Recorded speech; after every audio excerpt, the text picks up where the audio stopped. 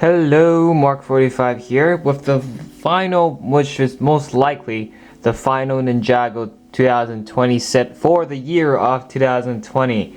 We are ready to move on to the 2021 releases with the Overlord Dragon and everything. I am truly hyped up for that. I cannot wait to see what they've got.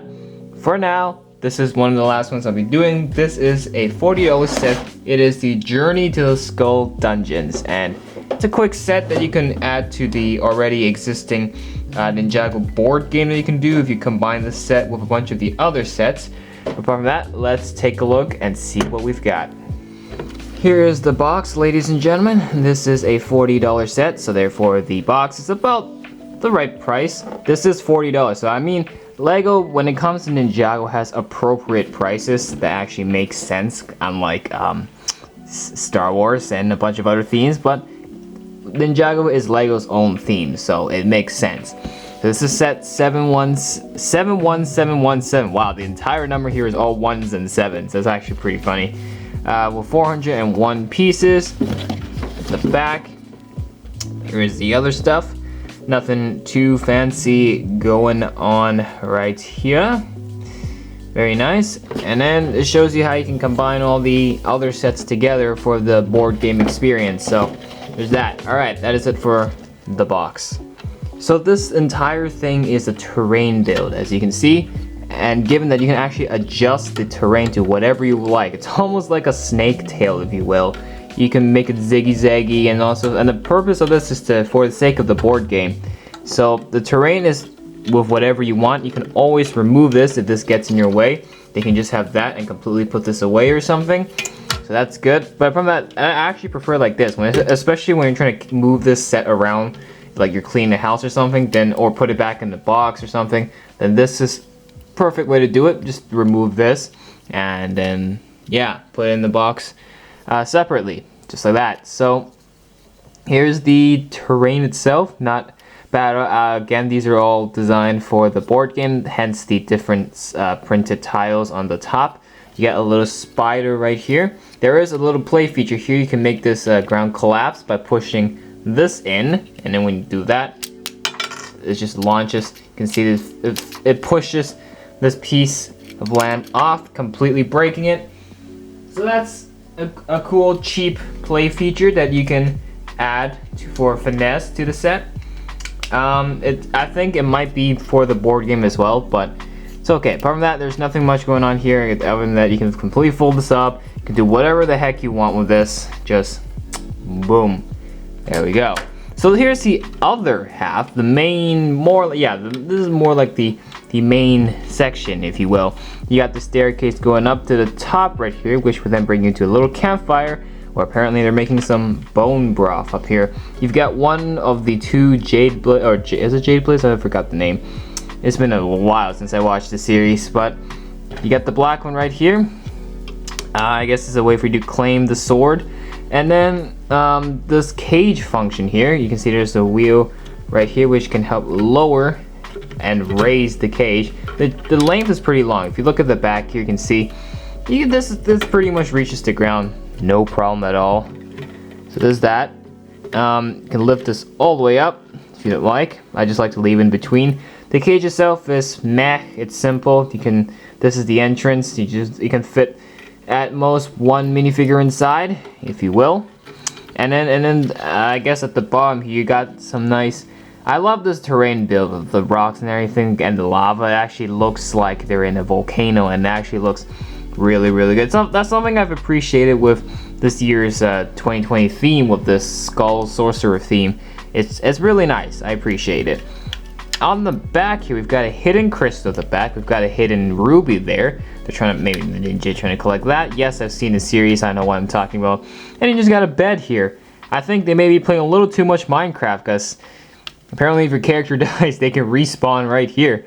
I don't know. I actually don't even know the point of it. But there's that. Apart from that, that is pretty much the entire build. So it's, again, small, versatile. If you're playing the board game, once again, this is one of the key ones. This one, and of course the big Skull Sorcerer's Dungeon set. But this is the one of them that you want to put on the side, just like that. But overall, not a bad job on this. But I do feel like this really reminds me of a snake. This is giving me snake vibes, if you will. So that is it for this main build. Let's look at the other stuff. Every Ninjago 2020 set, like for the Skull Sorcerer theme, has these things. This is the dice, or quote-unquote dice thing for the game. I don't really see these being utilized in any other sets, so I wouldn't advise it, but yeah, this is not new at all. This is also not new. This is like a little stand for your character, again for the board game, which you can stick your accessories in here. You got the 3 hearts indicating the lives that your character has, and then up here is where you stand your actual figures. So nothing much going on here. These 2 pieces aren't new whatsoever. Okie dokie, here are the minifigures in the set. Starting on my right here, we've got Mert, and then we got Hero Nia, Hero Lloyd, and Hero J. Yes, they're all called Hero. I didn't make it up. LEGO officially called them like that. So Mert is the only quote-unquote bad guy of the set. Notice how I said quote-unquote, no spoilers by the way. And yeah, so he's got a nice axe. I think we've gotten Mert in a couple other sets. I think, or is he exclusive to this set? I don't know. I don't think the set even has any exclusive figures. But there he is, the one quote-unquote bad guy of the set. Not a bad. I don't even need to take it apart to show you his other print because he doesn't have another alternate face. So nice mohawk though, I will say that. All right, here's Nia, the water ninja. Nice spear. Something about these ninjas for this theme is the fact that they're very medieval-like, given that they have got more heavy armor in their set, in their forms. So like, I don't know, it's kind of funny. I do like their shields though.